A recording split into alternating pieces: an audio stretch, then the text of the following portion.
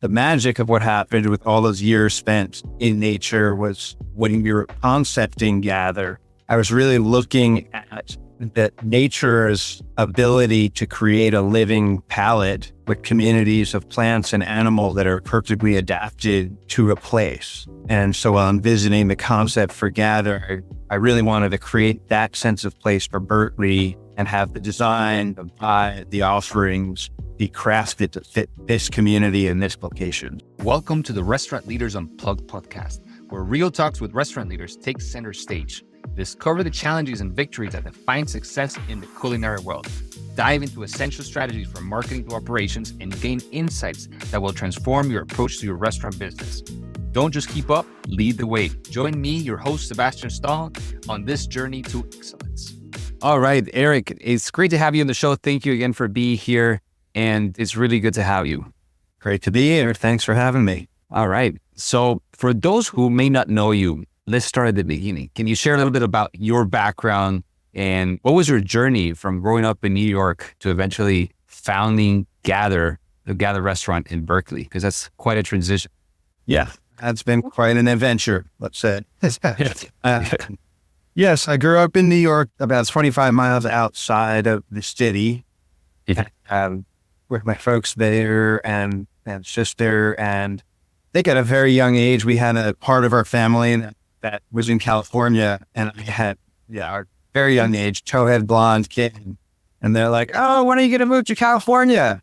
I had this vision of this place that was going to, just this magical paradise called California in the back of my head. So I think I was always, from a young age, destined to be out on the West here. Mm-hmm. And as I was nearing completion of high school, I was like, I'm going to try my hand at getting to California. And I attempted, but I made it halfway and took a 4-year stop at the University of Wisconsin in Madison.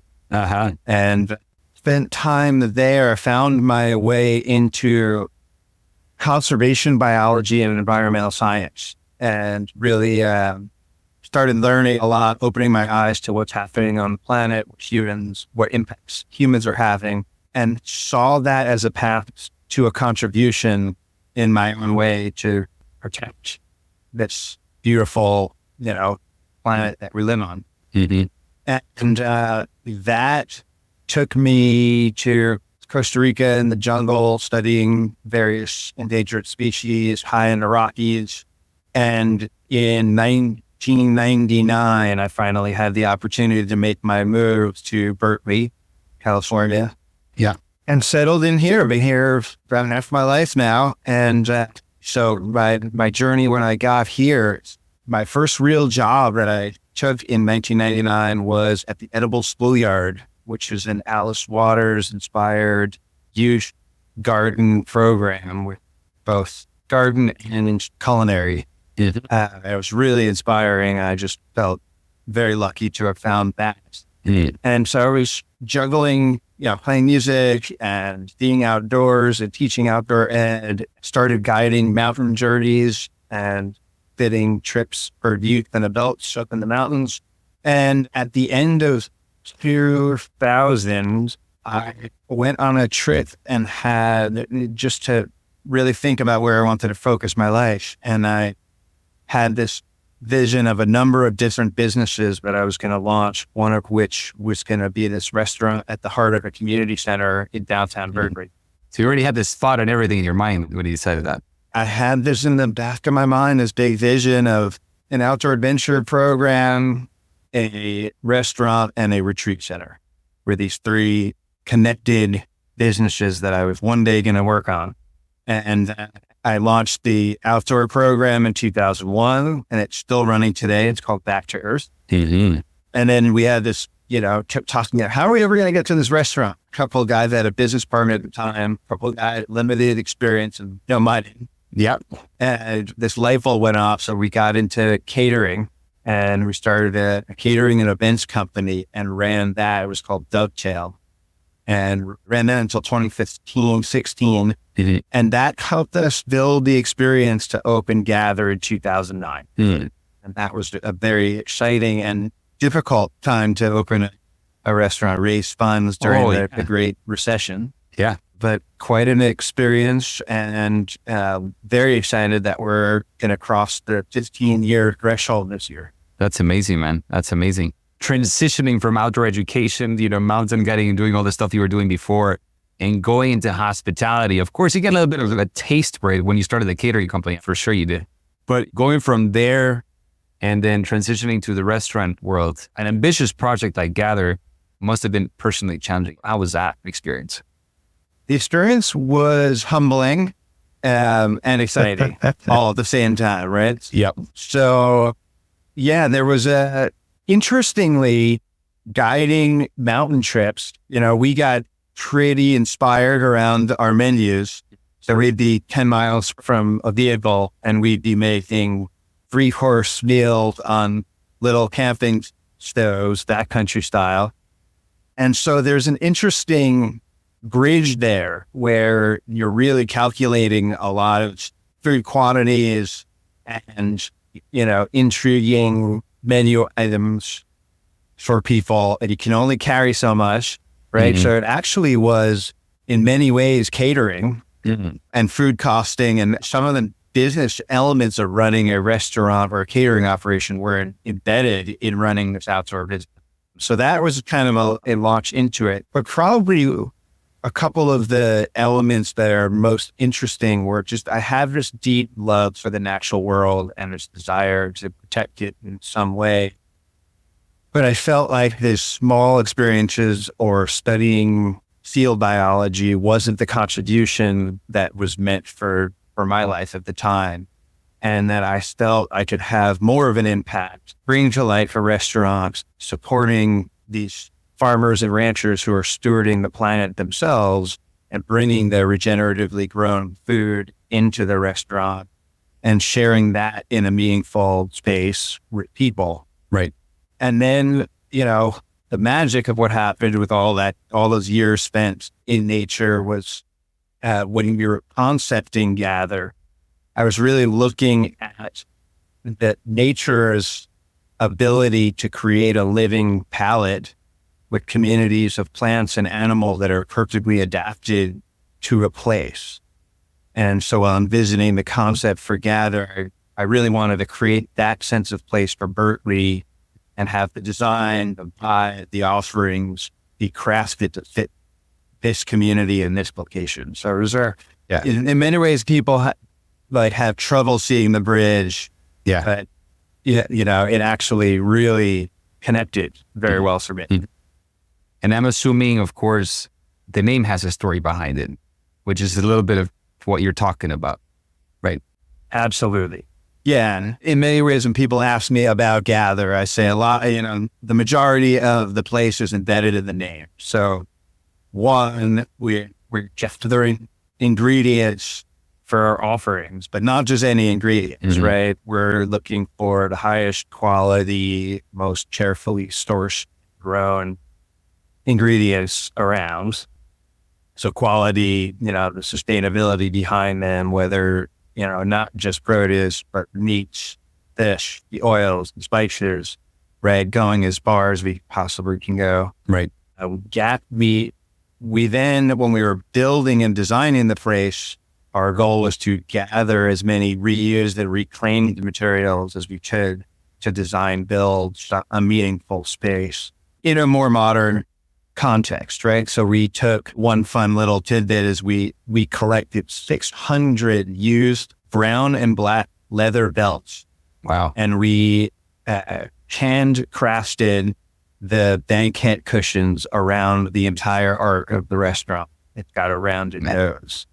So things like that. Everywhere you look in the restaurant, there's a story of that kiln shelves that are now the tiled on the wall, and the lighting fixtures that are reclaimed glass from bottles, right? All the woods that are in place. And I think the last puzzle piece is just gathering this incredible team together in a familial environment, but really gathering people to break bread and share meaningful moments in a convivial environment around the table or space. Right. That's beautiful, man. It's an ambitious project, especially for 2009. That's amazing that you guys been around for 15 years. and it's still going strong. And it's fantastic. And we're grateful to still be there. And, it's just a different phase, right? Everyone's like, oh, you're an institution now. And it's hard to have people understand. I think that's what people know, like, what a challenging business. Oh, yeah. Right. But on the inside of it, it's never running itself.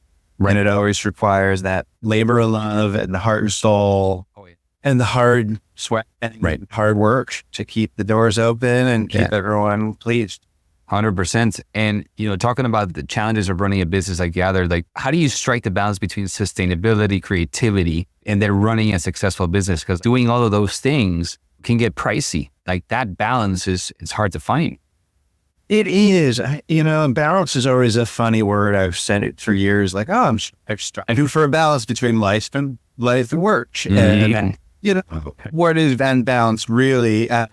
I'd say for us, it's like a seesaw in a part, right? We split back and forth between the elements. Oftentimes we're sharpening our focus on operations, finance, marketing, training, and all the business details. Mm-hmm. And then we find ourselves having conversations about being in the grind, and we're just the, restaurant operation or restaurant business, and we created the place to be something meaningful and, and purposeful. And so then we'll find ourselves, like swinging, seesawing back into innovation, the energetic aspects of the guest experience, and leaning back into that side to regain stability between the different aspects of running a place and ensuring that we're also holding our ethos and values while keeping an eye on the bottom line, right? Yeah, that's a tough one. You guys done a great job, and it's definitely not easy. And I know you guys over the past 15 years, you've built a reputation for, innovation, and especially with your approach to balancing your menu, right? When it comes to vegan, vegetarian options and meat-based dishes as well.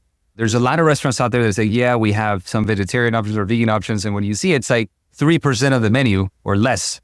There's one dish that I can get, right? So what are some of the challenges you face in creating a menu like this? And what's the response been like? Yeah, I think the reality is that people get into the restaurant industry for a variety of reasons, but really underneath it, it's an attempt to offer things that will meet the needs of the guest or fill a niche, an area where something wasn't existing. Right. And to make people happy. Right. Right. And we're in a fairly saturated area of food options here in the Bay Area. There's a lot of incredible places. But interestingly, we did see that there were vegetarian restaurants. There's gourmet vegan restaurant like Millennium that's just doing a fabulous job, and it's been around a lot longer than us. But they've got their niche that they're filling. And there was very real balance in the casual fine dining or casual fun dining concept where there was a real balance, and that was our commitment, was 50-50. We never, speaking of the balance, right? We never go too far into veg. We never go too far into meat, and we have a template for that. And it's something that we sit down and we way forward out, and we're like, okay, we're in the template. Do we need some new innovation? Where do we focus attention? But interestingly, we've always found that the vegetarian and vegan cookery requires more nuanced flavor and brain power, creative power to make those dishes meet the quality of a beautiful protein dish that's frankly might just be a little easier to spice and flavor and design. And so, we're always working on, that's another place where we're always kind of looking at our menu template and where's our offerings.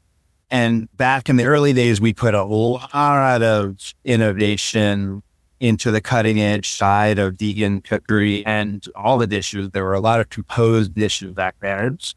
It was pretty stressful for the team to keep up with a daily changing menu. We tried our hand at molecular gastronomy and made caviar out of watermelon droplets. Then just unbelievable, creative and interesting stuff. I think at this moment, we've found a nicer balance that we've been striking between the sort of comfort, the innovation, the simplicity, and the variety of options to meet the needs of varied preferences. Right. Especially, during those times that you're talking about when you guys were being very, very highly creative with these things. I know you guys also won a award for one of your vegan dishes, and it became quite popular. Tell me a little bit about the story of this dish, and also take me through the process of creating something like this and being able to sustain it for a while. Absolutely, man. The vegan charcuterie was a fascinating chapter of Gather. Yeah. So when we launched, we wanted something would elevate vegan cookery to a level where meat-focused diners or omnivores would be as intrigued to order this dish. It was definitely not just for a vegetarian or vegan. That was the goal, was how do we put the innovation in that a charcuterie board would have, but do that with composed vegetables, mushrooms, right, and all kinds of things. And so at that time, when we launched Gather, we worked with a very creative chef, Sean Baker, and I give him the mad credit behind his genius of that dish. It did win a lot of awards, including, I think our top 10 food and wine dish of the year, and other publications covered that. It was in the New York Times. So it was exciting, right? Yeah. And yet it took so much incredible effort. I mean, he was in the back kitchen designing, one composed element on a platter that was going to have 4 of them. He would spend sometimes that day on just one part of the dish. And that dish was so popular back in the day. We ran for 6 years, and it was so popular that we had 2 cooks every night of the week, 7 nights a week, just plating the dish, layering. There was some tweezer work. There was sauces, and it was absolutely beautiful and a fun phase. People are still ask us if we're ever going to have that dish, or if they haven't been in years and years. Where is that? I want to order that dish. And we're like, that's been a while. Yeah. And those are hard decisions when running a restaurant, right? The creative power to keep up with changing and the plating power, the human power to just get that dish to the table was so intense that we came to this realization that we can have a variety of other dishes that are also excellent, but we concluded that dish just didn't fit the model, right? That balance between innovation and business, that was a hard one. For sure. I mean, finding that balance between those two things are not easy, right? And it's like, let me make this item and bring 3 new products in the kitchen and make one thing, and it's not the best move, even though it can be great. Yeah, and sometimes you have to make those sacrifices and try to explain to community. But, there we have probably at least once a year since that dish has gone, sat down and said, is there any way we could relaunch the dish? Right. And always come back around to, it would have to be a different iteration of it that would never meet the original. Right. And so we've said, no, it's going to sacrifice too much. And I think, the last piece on that, to bring people together and support farmers and ranchers. And so sometimes it actually, that level of innovation and complexity was intriguing, but aligned to all of the goals. Right. Well, I know that innovation is at the basis of a lot of the things that you guys do. And I know that, during the pandemic, you took on the project of basically redesigning your space and adding 1,000 square foot patio to it. Customized greenhouse, basically. Tell me about that experience. Because, doing that stuff during the pandemic, of course, it made sense for the outdoor space, but it's quite an undertaking. Yeah, it's one of the elements that I'm most excited about Gather at this time is this outdoor space I believe is an incredibly vibrant oasis that we created, that they a lot of our friends in the industry who just didn't have a courtyard, an interior courtyard to play with. And they were out on the sidewalk or the street front and got very creative and built incredible spaces. We had this uncovered outdoor patio space, and we have been dreaming for years of how do we better utilize that spot. And I really came to this conclusion that I wanted it to feel as indoor outdoor as possible and be as alive as possible. And so instead of covering it with a fully enclosed roof element, which probably would have been maybe easier, or just dropping a prefab greenhouse, we integrated custom material that use the puzzle pieces of a greenhouse, but it's a customized steel structure that achieved this outdoor dining experience with healthier air during that very critical time. And it created an event space that we never had, right? So everything was one very large dining space on the interior, Sure. and then a bar tucked back. But here now at this year-round separated space, drop down screen for presentations, movie nights, game nights, great sound, a small pond. I built by hand my first little pond with fish in it. And so it's been this, I think probably the best iteration, and part of where Gather is continuing to go as it continues in its journey into the future. That's fantastic. And especially, I suppose with the current industry, like where it's at with all the changes and everything, raising costs and all those things, you know what I mean? I know that a lot of restaurants are kind of going that route as well of just doing more private events because it's costs are more controllable, different things. So it definitely plays to your advantage. Absolutely. And we can do a lot of programming in there. And that's, I think, part of what's going to be in the next chapter of Gather. Right. Eric, tell me a little bit about your experience. I know everybody went through a tough time during the recession, of course, during the pandemic. Tell me how you guys, of course, this is how you pivoted into the outdoor space. What were some of your most difficult moments during your 15 years of experience in Gather, and especially through the pandemic and leading a team through all these challenges? What was your experience with that? Well, it's a 15-year journey. We could spend a few hours talking about just all the fun bumps in the road and the obstacles and the giant climbs and the pivots. I think, in our 15-year run, the hardest moment of all of them was, on March 15, when I hit the phone and and called the better part of our 50-person team, and that was built to many extents like a family, family with its functions and dysfunctions, but a family, so. And I called to share that we're taking a pause and we're heading into uncertainty, and appreciate every single one of you. And I don't know what's going to happen. Mm-hmm. And it was mind blowing, that moment, right? We were all in scatterbrain. Yeah. And so I'd say that was probably the hardest, recording a video to the community. Mm-hmm. I remember those. That was a wild time.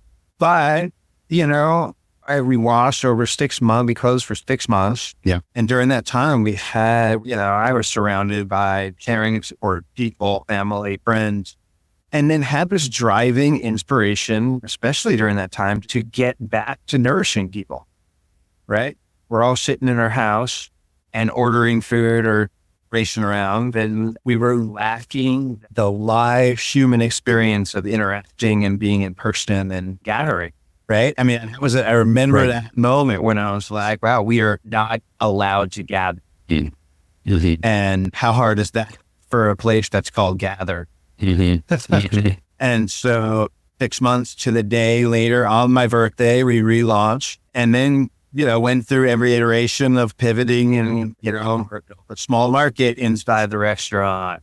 Yeah. We tried our hand at everything. And it was interesting. The thread through the whole thing was this consistent message that we were not a place that people, are ordering a ton of food to eat at their house. We're not in the right location for a market spot. What we are is an experience. Right. We're a place where people gather to share food and be together. Right. And that really carried us right to where we are. And, right. I just, we're watching the industry shift in so many different ways.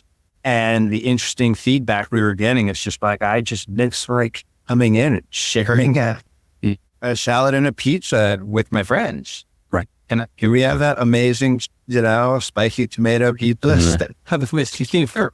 And I come and sit. And, and the outdoor space back for that. I mean, Berkeley's been a sensitive place during this time and still is. And a lot of people now have sort of anchored themselves to our patio of being in here. If we already want to dine inside anymore, even though it's really beautiful. Right. No, for sure not. So yeah, we went down into the depths of the challenges, and realistically, it's taken the better part of the last 4 years to get to stability. It's been uncertain and, ups, downs, and all arounds, and we're feeling our footing again, which is exciting as we head into our 15-year celebration. It's December 15th. Right. This year is our 15-year marker. Yeah. No, that's amazing. And again, I think you guys are very unique because as we see, and as I know is the industry shifting even more now with all the raising costs with everything, labor challenges, all those things.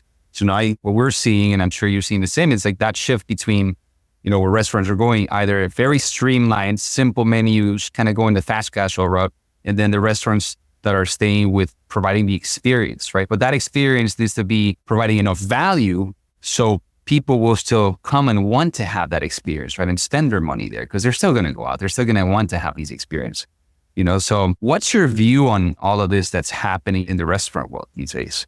I think you put it right. You're seeing a lot of people are either trying to save dollars. So you're seeing that proliferation of the faster, casual, lower price point. Mm-hmm. And then people who want the fuller dining experience, you're seeing the escalation. The gap is going wider, right? The higher end restaurants start charging even more because it's expensive. People power is expensive, right? Right. The plateware, everything, the food. And so this middle ground where you need the value, you still have the experience, you still have, something to celebrate in life, and you want a special place to go and do that, or just to go out with the families for a nice dinner on a Thursday night. Right. And our goal, or like what's dangerous in that middle ground, is you have the expenses of the higher end restaurant a lot of time, but you're just anchoring your pricing lower for a bit of a simpler approach. But it tends to be one of the hardest categories to operate. There's this fun casual, we use a lot of what we call it. And it's a seated and live experience. And part of our ethos is not to be high-end. We want to serve the community. We're right across from Cal. We want students and staff to pop in. We want the community to come on down. So again, despite striving for that balance of we do have to charge for, the right price for the ingredient and the people power and all of the elements that make the place stay open and special and meet our values. But what we don't want to do is stretch that to where all of a sudden there's only a selection of people that can actually work. No, for sure. And so, I think we're trying to find that ability to keep going, keep that special place alive, and keep anchor that price point. Yeah. Reasonably. No. Right. Definitely. Yeah. You can't raise prices indefinitely. That's not going to happen. It's just about value.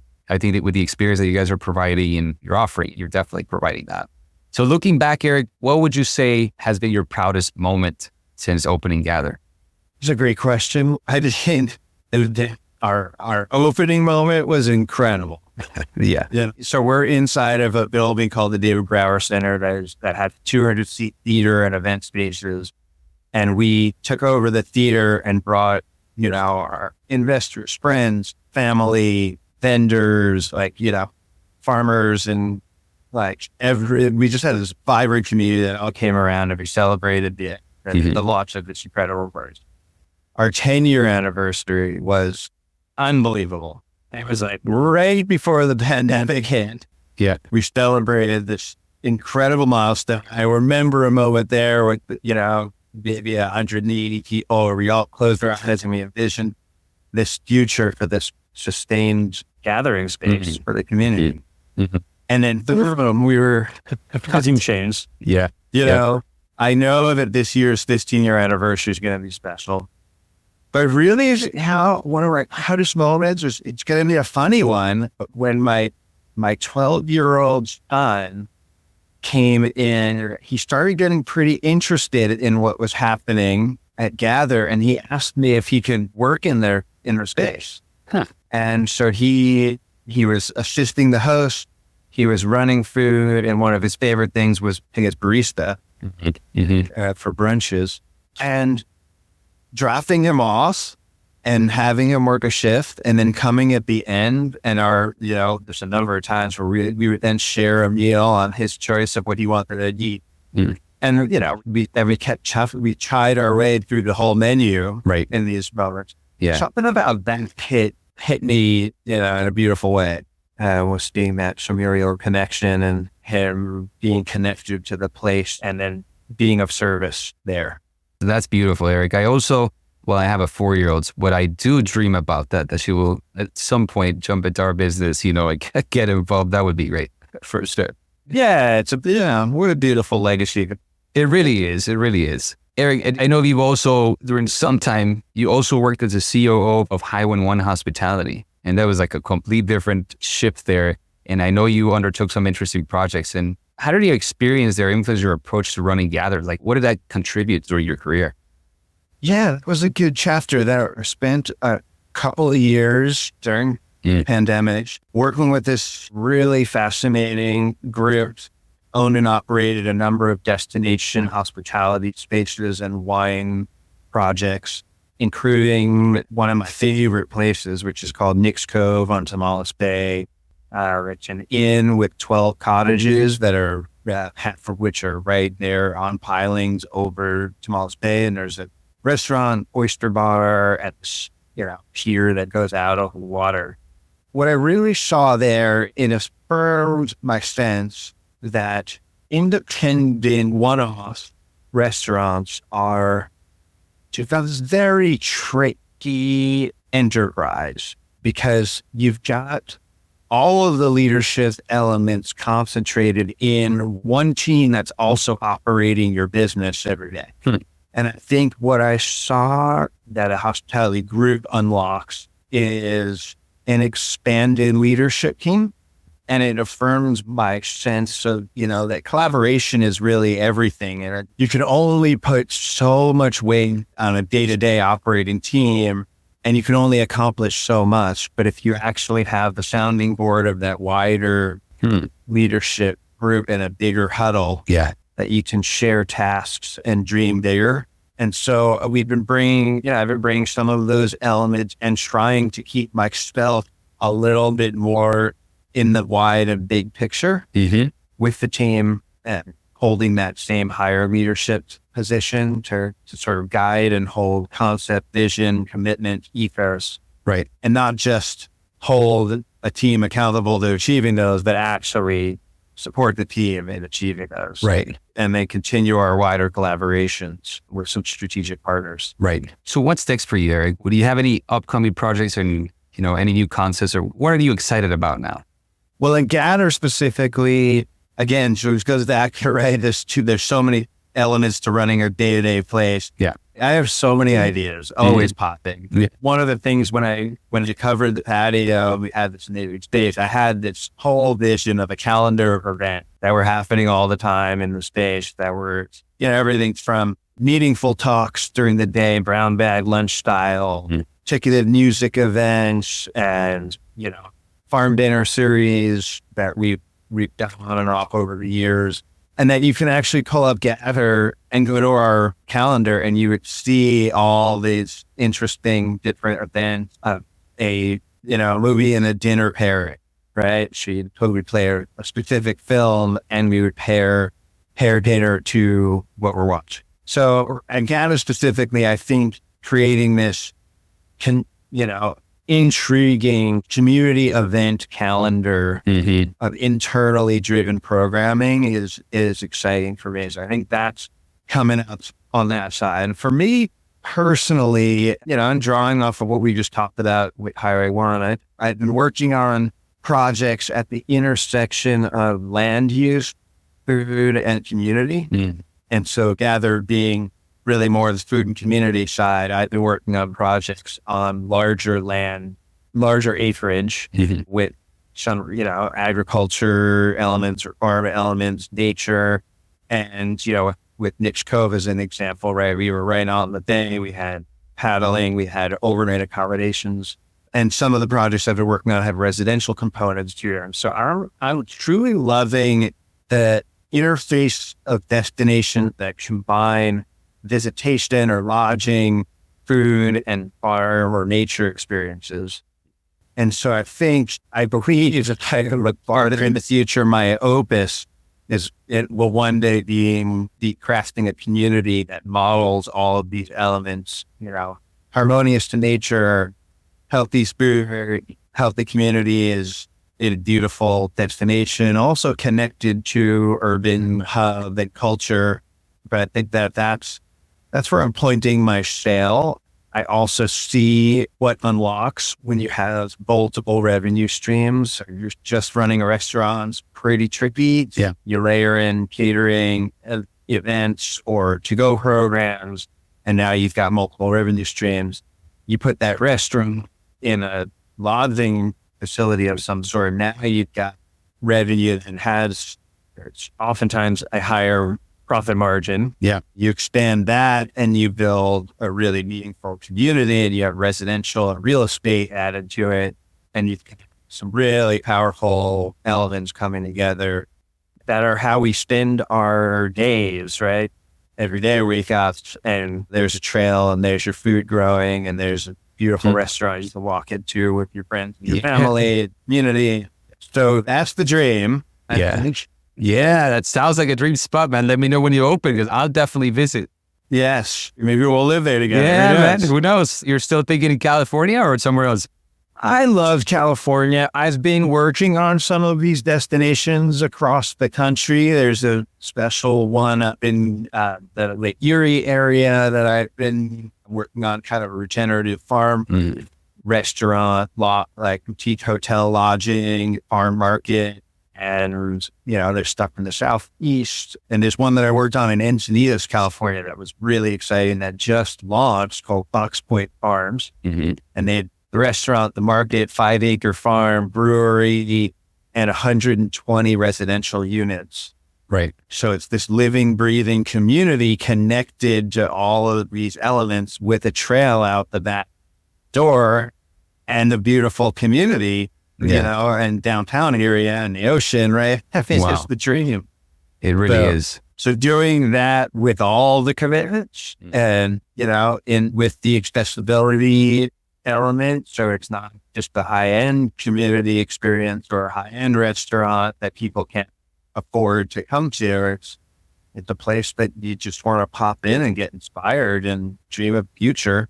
Yeah. I mean, we should be living in closer community and sharing and closer to nature. Yep. I completely agree with you, especially during these times. I think it's beautiful what you're doing. I think your project is fantastic, especially what you're describing for your future project. I think it's great because especially now when we're living in such a divided society in so many ways, you know what I mean? So yes, I think hospitality will always play this role of bringing people together. And I think your concept, Gather, is just a perfect reflection of that. Thank you so much. And we just want to be that sanctuary where people can come, wherever you are, wherever you're coming from. Yeah. Come on in, get nourished, and enjoy yourself. And hopefully you leave just feeling a little brighter and a little more energized. Yeah. To meet whatever moment's coming next. Right. That's great, Eric. Well, thank you again, Eric, so much for this conversation and for your time. It was awesome and enlightening actually to learn about your business and how you got where you are after 15 years, because it's definitely no easy feat, especially in any market whatsoever, and therefore, especially in ours, it's just not easy. So definitely congratulations. And I really wish you the best in your future projects, especially this one you're talking about. Definitely let me know when you start working on it. I will. Thank you so much for having me on, and look forward to staying in touch. All right. Well, thank you so much, Eric. Absolutely. We'll be in touch soon.